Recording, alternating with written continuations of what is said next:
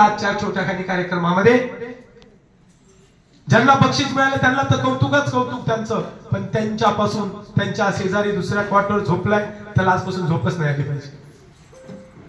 काय गडबड आहे नेमकी, मला का नाही मिळत ते, का देशापासून मी दूर आहे हे वाटलं पाहिजे. जसं वाटतं की तिच्या अंगावरचा ड्रेस मला मिळावा, साहजिक आहे असंही कधीतरी वाटावं की तिच्या ठिकाणी मलाही हे मिळावं, माझाही ते फोटो निघावा, माझ्याही आई वडिलांचं कौतुक व्हावं.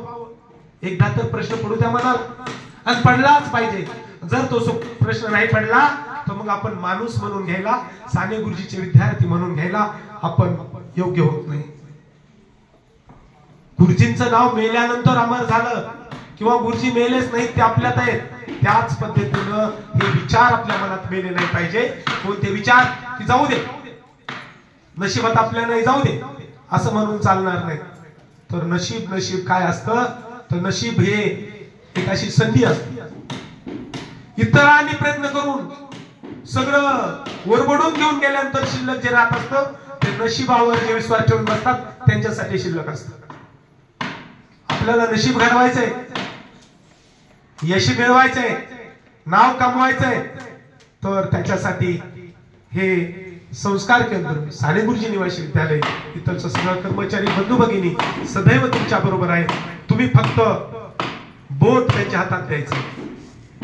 या संकुलाच्या मार्गदर्शन करणाऱ्या गीते मॅडम, त्यांच्यासाठी संपूर्ण त्यांची टीम आणि तुम्ही सर्व विद्यार्थी मित्र, आम्हाला 100% तुमच्यावर विश्वास आहे.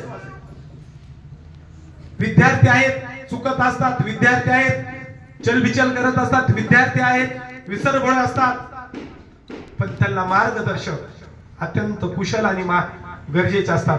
आणि निश्चितच ही टीम आहे, या टीमच्या सानिध्यात तुम्ही या, तुमच्याही जीवाचं कल्याण करून घ्या. या ठिकाणी क्रीडा विभागाचे प्रमुख Sanap sir, Ghule sir, Dongre madam, आपलं कांदे मॅडम, या सगळ्या जणी म्हणजे सगळेजण काम करत असताना एक शैक्षणिक वर्ष संपत आहे. आता कोणी एखादा म्हणेल उठून झोपेतून, जागेला झोपलेला उठवता येतं, पण एखादं उठेल आणि कामरे मॅडम आम्हाला घ्यायचा होता हो भाग, पण काय आता स्पर्धा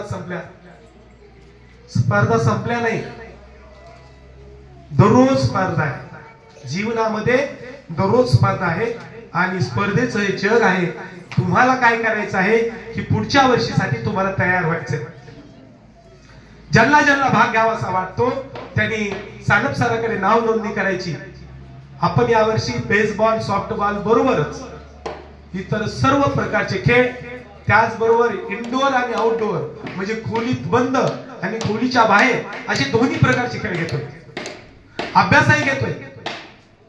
अभ्यास आणि मला इथं असं सांगायला आवडेल, कर्मचारी बंधू भगिनी तुम्ही आणखी निरीक्षण केलं तर ज्यांना इकडे मेडल भेटते ना, ते गोल्ड मेडल असो किंवा साधं शाळेच्या वतीने देणारी ट्रॉफी असो किंवा त्याच्यासाठी एक छोटस एक पुष्प त्या ठिकाणी आपण देत असो, त्यांचं जरूर निरीक्षण करा. ते अभ्यासात पण तेवढेच हुशार आहेत. नाही कोण कशातच काही नाही, असे बाकीचे खेळात नाही, अभ्यासात नाही. म्हणजे असं काही नाही की बाबा मॅडम आमचा फार अभ्यास चांगला आहे आणि त्याच्यामुळे आम्हाला खेळाकडे दुर्लक्ष होते.